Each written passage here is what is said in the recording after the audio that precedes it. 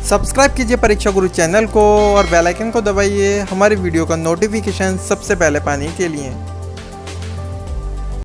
Hello friends, स्वागत है एक बार फिर से आप सभी का अपने यूट्यूब चैनल पर। तो आज हम बात करने वाले हैं डेसिमल कितने प्रकार का होता है। डेसिमल जो होता है हमारा टू टाइप का होता है, टर्मिनेटिंग डेसिमल और रिकरिंग डेसिमल। टर्मिनेटिंग डेसिमल क्या होता है इसको समझते हैं और फिर रिकरिंग डेसिमल को भी समझेंगे। टर्मिनेटिंग का मतलब होता है जो कुछ समय बाद क्या हो, रुक जाए, यानी रुकने को कहते हैं शांत, यानी शांत दशमलव किसे कहते हैं इसको सीखेंगे।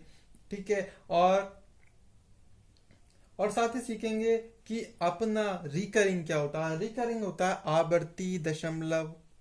आवर्ती का मतलब क्या होता है, यानी रिपीट होता रहे, उसे हम आवर्ती दशमलव कहते हैं। ठीक है, आवर्ती दशमलव कहते हैं। ठीक है, अब कैसे समझेंगे, देखिए एग्जाम्पल के थ्रू समझते हैं। इसकी कुछ ट्रिक है, इसे हमेशा आप याद कर सकते हैं, कभी भी नहीं भूलेंगे कि कौन सा टर्मिनेटिंग है कौन सा रिकरिंग है। ठीक है, टर्मिनेटिंग में क्या होता है, टर्मिनेटिंग में अंश बटे हर होता है ना, तो अंश यहाँ होता है ऊपर की साइड में और हर जो होता है अपना नीचे की साइड में होता है। कभी भी हमारा टर्मिनेटिंग डेसिमल क्या है या रिकरिंग डेसिमल क्या है, हमेशा फ्रैक्शन वैल्यू में होगा, यानी अंश अपॉन हर की फॉर्म में होगा। तो इसमें हर जो होता है हमेशा 2 की घात के रूप में मिल सकता है या फिर 5 की घात के रूप में, 2 या 5 की घात होगी, या फिर क्या हो सकता है 2 या 5 की आपस में गुणा हो सकती है।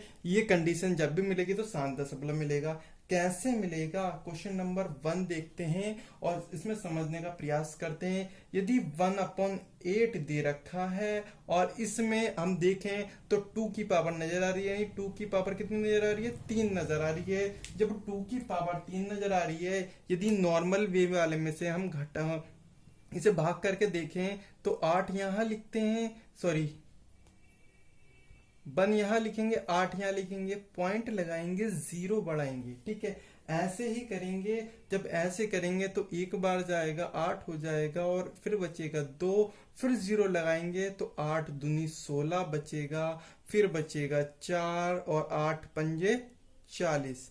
8 पंजे जब 40 बचेगा तो हमारा शेष फल 0 बच रहा है, यानी कि और इसके बाद हमारी कोई गिनती भी नहीं आ रही है, यानी 1/8 की वैल्यू जो निकल के आती है 1.25 निकल, सॉरी 0.125 निकल के आती है, यानी कि रिकरिंग डेसिमल है, शांत हो गया, लास्ट में रुक गया है, आगे नहीं बढ़ रहा। यदि आवर्ती दशमलव की बात करेंगे तो इसमें क्या होगा, इसका भी एग्जाम्पल देख लेते हैं।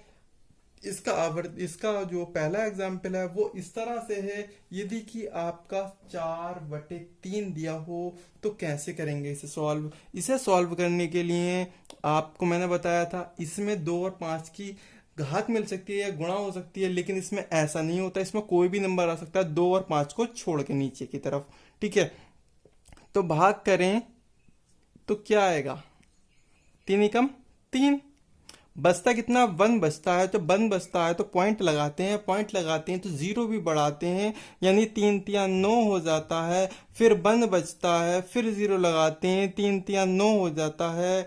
फिर हमारा ऐसे ही ये क्रिया हमारी चलती रहती है, आगे को कभी रुकने वाली नहीं होती, क्योंकि हमेशा 9 ही आएगा और 10 बचेगा, एक हमारा माइनस होके बचता रहेगा शेषफल। इसी प्रकार से हमें देखना होता है, यदि कि 4/3 की वैल्यू जो आ रही है 1.33 ऐसे ही बढ़ती जा रही है, इसी वैल्यू को रोकने के लिए हमने क्या किया है, हमने किया है 1.3 के ऊपर क्या लगा दिया, बार लगा दिया है, इसे बार बोलते हैं। इसका मतलब ये होता है कि रिपीटेशन हो रही है, जिस अंक के ऊपर ये लग रहा होता है तो उस अंक का क्या हो रहा होता है, रिपीटेशन हो रहा होता है, तो इस चीज को हम ध्यान रखेंगे। ठीक है, रिपीटेशन नहीं करना है हमें क्या करना है, इसे रोक देना है। कैसे रोक देना है, इसी प्रकार से रोक देना है, लास्ट में हमारा बार लगा के। यदि क्वेश्चन नंबर 2 की बात करें, कैसा हो सकता है क्वेश्चन नंबर 2 टर्मिनेटिंग डेसिमल में, तो टर्मिनेटिंग डेसिमल में दूसरा क्वेश्चन लेते हैं दूसरे टाइप का। ठीक है, दूसरा क्वेश्चन है हमारे सामने, यदि 12/25 ले रखा हो, पहले हमने 2 का समझा, अब हमने 5 का समझ रहे हैं। 12 बटे कितना हो जाएगा, ये 5 की पावर कितनी है, 2 है। तो ये हो जाएगा। लेकिन इसे क्या करेंगे, फिर इसे हम करके देखते हैं। डिवाइड करेंगे तो 12 यहाँ लिखेंगे और 25 अपना यहाँ लिखेंगे। जब 25 यहाँ लिख दिया तो पॉइंट लगाना पड़ेगा, तभी जीरो बढ़ेगा। जब वो जीरो बढ़ जाएगा तो 25 की टेबल पढ़ेंगे, 4 बार पढ़ेंगे तो हमारा कितना आएगा, 100 हो जाएगा। अब बचेगा 20। जब 20 बचेगा तो पॉइंट के आगे जीरो लगाना पड़ेगा 20 के आगे, और 25 अट्ठे हमें पता है 200 होते हैं, और ये हमारा रुक जाता है। यानी कि 12/25 की वैल्यू जो हमें नजर आएगी वो नजर आएगी 0.48।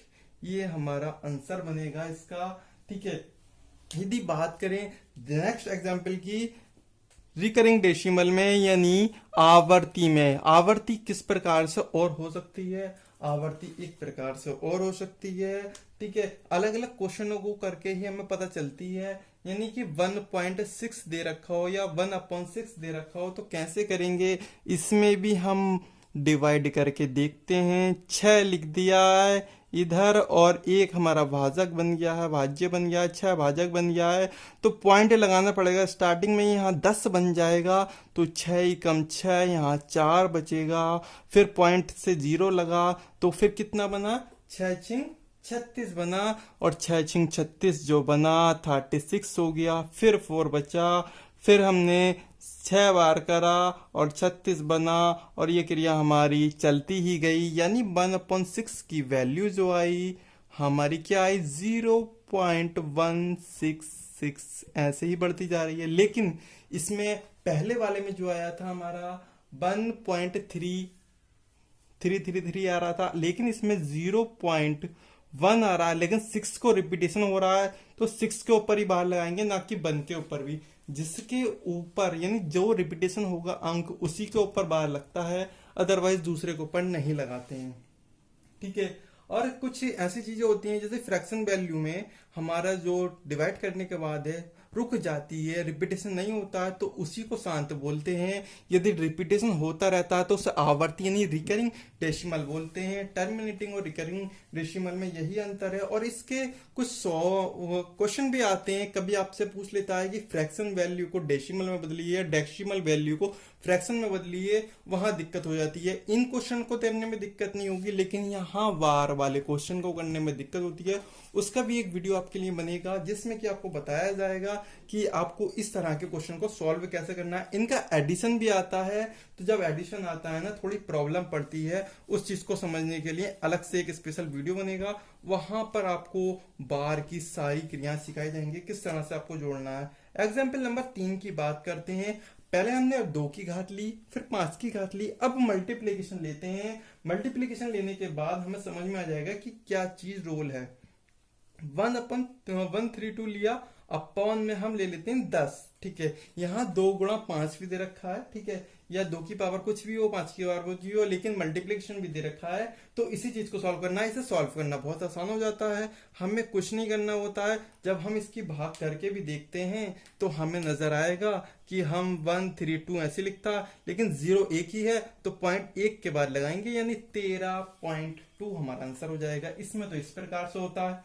यदि बात करें इसकी, इसमें थर्ड एग्जाम्पल हम कैसा लें कि हमारा कुछ अलग से निकल के आया। पहले में क्या निकल के आया कि सिर्फ एक ही पॉइंट के बाद एक ही नंबर रिपीट हो रहा था, यानी एक ही नंबर में हमारा रिकरिंग डेसिमल बन रहा था, तो एक ही के ऊपर लगाया। दूसरे में हमारा 1.1666 बन रहा, तो 6 को ही हमने बार लगाया, 1 को नहीं लगाया। ठीक है, इस बार हम कहते हैं कि हमारे पास एक से ज्यादा नंबर आ जाएं, तब क्या करेंगे, यानी फोर्थ वाला क्वेश्चन ले लेते हैं। थर्ड एग्जाम्पल ले लेते हैं, और इसमें हम एग्जाम्पल लेते हैं कुछ ऐसा, यानी 1/7 लेंगे और इसको डिवाइड करके देखेंगे तो हमें कुछ अलग ही नजर आएगा।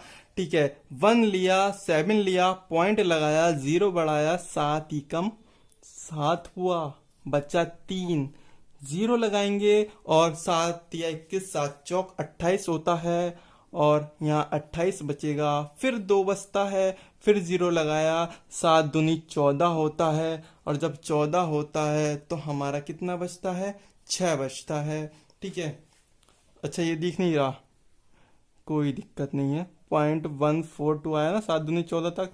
ठीक है, तो इसके बाद हमने 6 लिया, 0 बढ़ाया तो 7 छिंग 42 हो जाता, 7 सत्ते 49, 7 अट्ठे 56 हो जाता है, और 56 ये आ जाएगा। फिर 4 बचा, 4 के बाद हमने फिर 0 लगाया, फिर हमारा कितना बचा, 7 चौक 28, 7 पंजे 35 बचा, 35। फिर हमारा 5 बचा। इस तरह से 5 जो बचा, 5 के बाद हमने देखा कि फिर 0 लगाया, फिर 0 जो लगाया हमारे पास जो वैल्यू निकल के आ रही है इसकी, वो देख लेते हैं।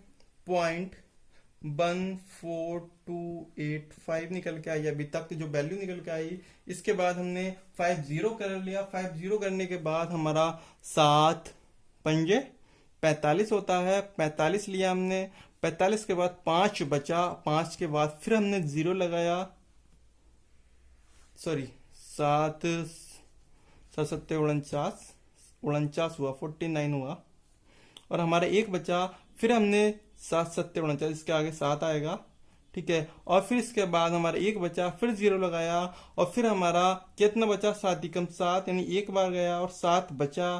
फिर 3 आया, कौन सी वाली कंडीशन आ गई, ये वाली कंडीशन लौट के आ गई। तो यहाँ पर हमने क्लोज कर दिया इसे, यानी कि फिर हमारा रिजल्ट 1/7 की जगह जो निकल के आया वो निकल के आया 0.142857, और 142 यानी ये वाला जितना भी नंबर था, ये नंबर फिर दोबारा रिपीट होगा। तो इसीलिए 142.857 पूरा रिपीट हो रहा है, इसलिए पूरे के ऊपर बार लगेगा। तो ये था हमारा इसको समझने का तरीका कि टर्मिनेटिंग डेसिमल और रिकरिंग डेसिमल होता क्या है। इनकी चीज को समझने के लिए ये 3 एग्जाम्पल हमने दोनों के लिए 3 एग्जाम्पल, और इसके द्वारा समझ गए हैं हम।